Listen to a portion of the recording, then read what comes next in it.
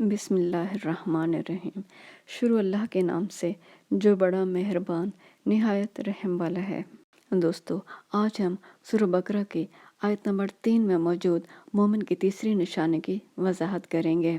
मोमिन की तीसरी निशानी के हवाले से अल्लाह पाक फरमाता है, जो कुछ हमने इनको अता किया है वो इस रिस्क में से खर्च करते हैं।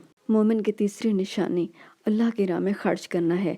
इसमें सदक़ात, खैरात और ज़कात सब शामिल है। जहाँ लफ्ज़ रिस्क अपने अंदर बड़ी वुसअत रखता है, हर किस्म की खुदादात नेमतें इसमें शामिल है, ज़ाहिरी हो या बातनी। मसलन माल, सेहत, औलाद, हिकमत, फ़हम व अक़ल, गोया माल व मनाल, जिस्मानी और ज़हनी सलाहियतों की सूरत में जो भी अल्लाह ने इन्हें अता किया है, इसे फ़ी सबीलिल्लाह अपने रिश्तेदार और माशरे के मुस्तहिक़ीन पर खर्च करते हैं और मखलूक अल्लाह की इमदाद के लिए हस्बे इस्ताअत तैयार रहते हैं।